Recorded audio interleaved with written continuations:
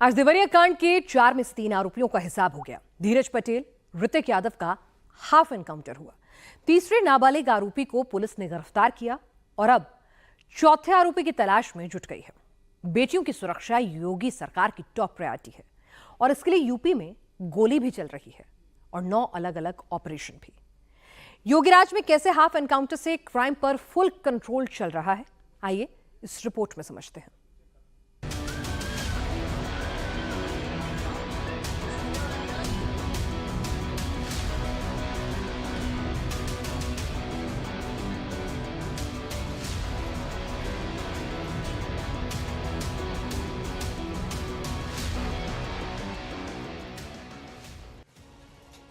Stretcher पर लेटा हुआ ये धीरज पटेल है।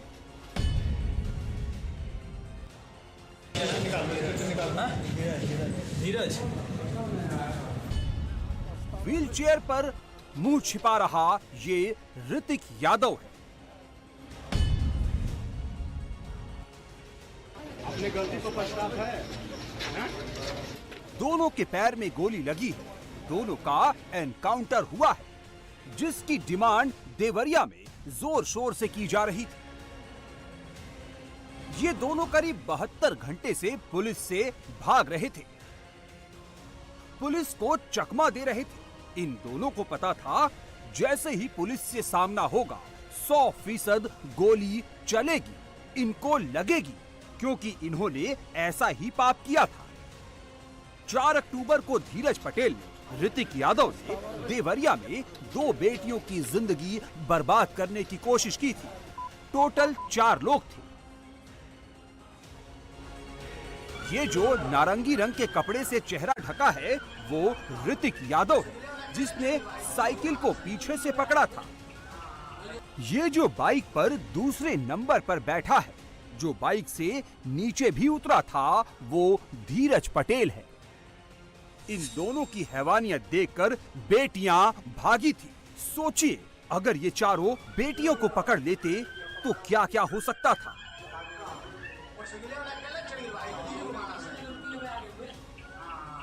जो बाइक चला रहा है उसका नाम विवेक है। ये अभी तक पुलिस की गोली से बचा हुआ है, लेकिन ज्यादा देर तक छिप नहीं सकता। ऐसा नहीं है, सामने से स्कूली छात्राएं आ रही थी तो एकदम से इनका प्लान बन गया छात्राओं को पकड़ने का, बल्कि ये लोग इसी प्लान से आए थे। कौन बाइक चलाएगा, कौन सबसे पहले उतरकर बेटियों को पकड़ने जाएगा, कौन आसपास लोकेशन को देखेगा, सब पहले से तय था। इसीलिए चेहरे ढके गए थे। जैसे ही प्लान फेल हुआ, चारों भाग निकले।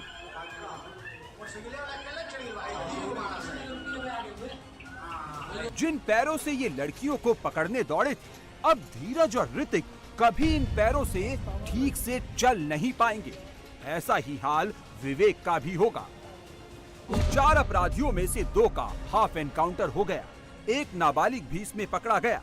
चौथा अपराधी विवेक अभी फरार है। छेड़खानी की घटना घटित हुई थी, जिसका वीडियो सोशल मीडिया पर भी वायरल हुआ था। इस संबंध में थाना तरकुलवा पर अज्ञात अभियुक्तों के विरुद्ध एफआईआर दर्ज की गई थी। विवेचना के क्रम में इन अभियुक्तों की पहचान की गई। आज यह सूचना मिली कि यह अभियुक्त सिरसिया मार्ग पर कहीं जा रहे हैं। इस सूचना पर हमारी टीमें सक्रिय हुई और उनकी घेराबंदी की गई। अभियुक्तों द्वारा पुलिस को देख करके उनके ऊपर फायरिंग की गई।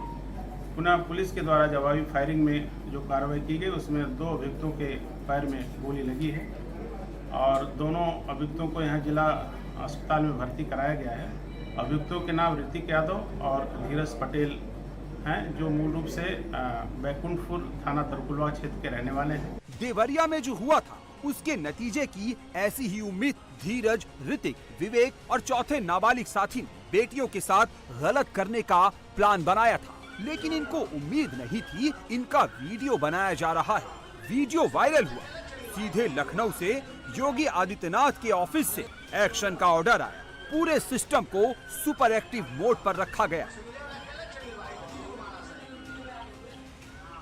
उनको रोकने का प्रयास हुआ है, वो मोटरसाइकिल लेकर के भाग गए। पुलिस अधीक्षक देवरिया को मैंने फोन करके ये कहा है कि जो लोग हैं उनको टेस्ट किया जाए ये दोपहर की घटना है और ट्रेस करके और जो भी उसके लिए उत्तरदायी होगा उनके खिलाफ कार्रवाई की जाएगी।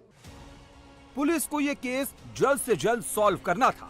ये चारों आरोपी अंडरग्राउंड हो गए थे। इनकी लोकेशन को ट्रेस करने में 72 घंटे जरूर लगे, लेकिन उसके बाद गोली चलने में देर नहीं लगी। चारों को पकड़ने के लिए 5 टीम बनाई गई थी। स्पेशल ऑपरेशन लॉन्च किया गया था। धीरज पटेल और ऋतिक यादव दोनों कंचनपुर से सिरसिया गोठा मार्ग के पास छिपे थे। जिस दिन बेटियों के साथ गलत करने आए थे, उस दिन भी ये लोग चेहरे पर कपड़ा बांधे थे। एनकाउंटर के बाद भी अपना चेहरा छिपा रहे हैं, लेकिन इनका चेहरा पूरी दुनिया को देखना जरूरी है। धीरज पटेल और ऋतिक यादव के पास से 2 देशी तमंचा और कारतूस मिले हैं। देवरिया योगी आदित्यनाथ का गढ़ है। गोरखपुर से देवरिया की दूरी महज 50 किलोमीटर है। यहाँ कुछ भी होता है, सीधे योगी तक बात पहुँचती है। और जब बेटियों के साथ अपराध की बात हो तो योगी राज में सबक मिलता है। ऐसा सबक जो हर पल याद दिलाता है। यूपी में बेटियों के साथ गलत करने की सोचोगे तो क्या होगा। ये दीपक उर्फ मुल्ला है। फिरोजाबाद में इसने नाबालिग बच्ची को अपनी हवस का शिकार बनाया था। 24 घंटे के अंदर ही पुलिस ने गुनाह का हिसाब कर दिया। अब इस दरिंदे की हालत ऐसी है कि दोनों पैरों पर ठीक से खड़ा होने की बात तो छोड़िए, अब ये ठीक से चल भी नहीं पा रहा है। हाफ एनकाउंटर के बाद पुलिस को इस दरिंदे को उठाकर वैन में बिठाना पड़ा। एक घटना हुई थाना शुक्राबाद में, जिसमें एक बच्ची के साथ दुष्कर्म की घटना हुई थी। उसमें पुलिस कल से लगातार प्रयासरत थी। तमाम सीसीटीवी फुटेज और उसके आधार पर उसमें एक व्यक्ति की पहचान पुलिस के द्वारा की गई थी, जिसको जो विक्टिम से भी दिख पाया गया था, उसने भी उसकी पुष्टि की थी। इसका नाम दीपक उर्फ मुल्ला के रूप में उसकी पहचान हुई थी। इसकी पुलिस बहुत ही सरगर्मी से तलाश कर रही थी। सूचना मिली थी कि वो इसी क्षेत्र में कहीं छिपा हुआ है। इस दौरान पुलिस जब यहाँ से गुजर रही थी तो अचानक उसको देख के पुलिस ने जब उसको रोकने का प्रयास किया तो उसके द्वारा पुलिस पार्टी पर एक फायर किया गया है। पुलिस के द्वारा जवाबी फायरिंग में वो इंजर्ड हुआ है।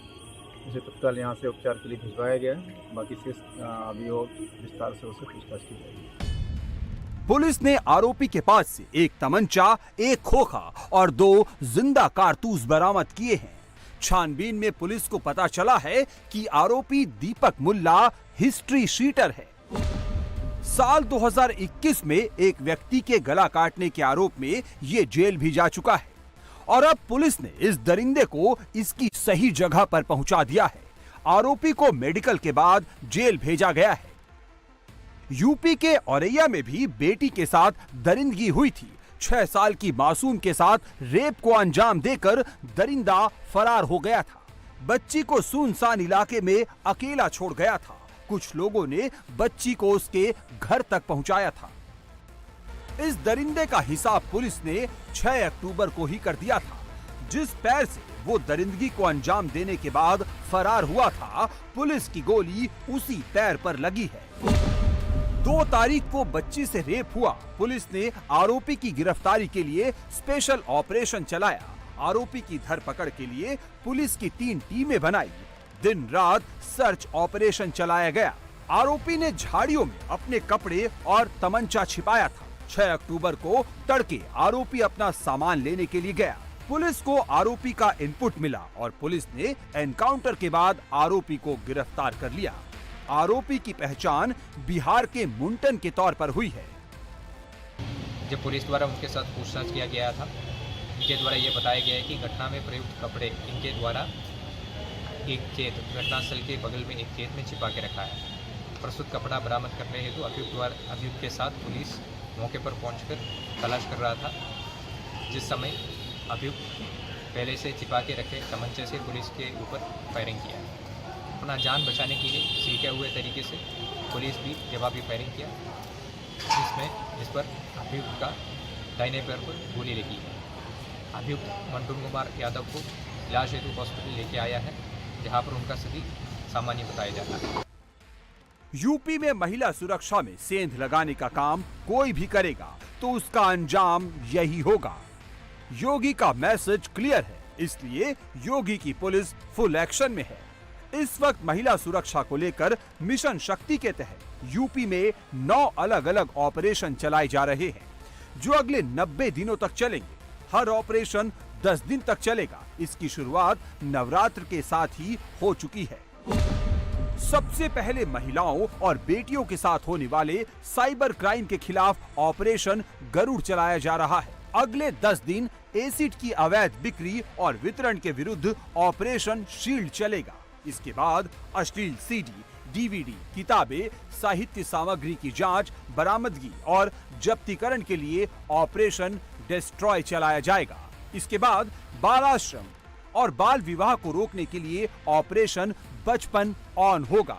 फिर लापता और गुमशुदा महिलाओं की तलाश के लिए ऑपरेशन खोज चलाया जाएगा। मनचलो और छिड़खानी के खिलाफ फिर से ऑपरेशन मजनू चलेगा। महिलाओं के नशा मुक्ति के लिए ऑपरेशन नशा मुक्ति चलाया जाएगा। ऑपरेशन रक्षा चलाकर अवैध स्पा और मसाज पार्लरों पर एक्शन होगा। ऑपरेशन ईगल चलाकर महिलाओं के खिलाफ अपराधों में वांछित अपराधियों को पुलिस पकड़ेगी। इसके अलावा यूपी में पुलिस का ऑपरेशन लंगड़ा 24/7 ऑन है, फुल स्पीड से चल रहा है और अब इसका इम्पैक्ट भी नजर आने लगा है। ये फिरोजाबाद की तस्वीर है, जहां एनकाउंटर के डर से ये अपराधी खुद ही व्हीलचेयर पर बैठकर सरेंडर करने के लिए थाने पहुंच गया। अपराधी ने अपने टी शर्ट पर अपने गुनाह का पोस्टर लगाया हुआ था और भविष्य में गलती ना करने की कसम भी खा रहा था।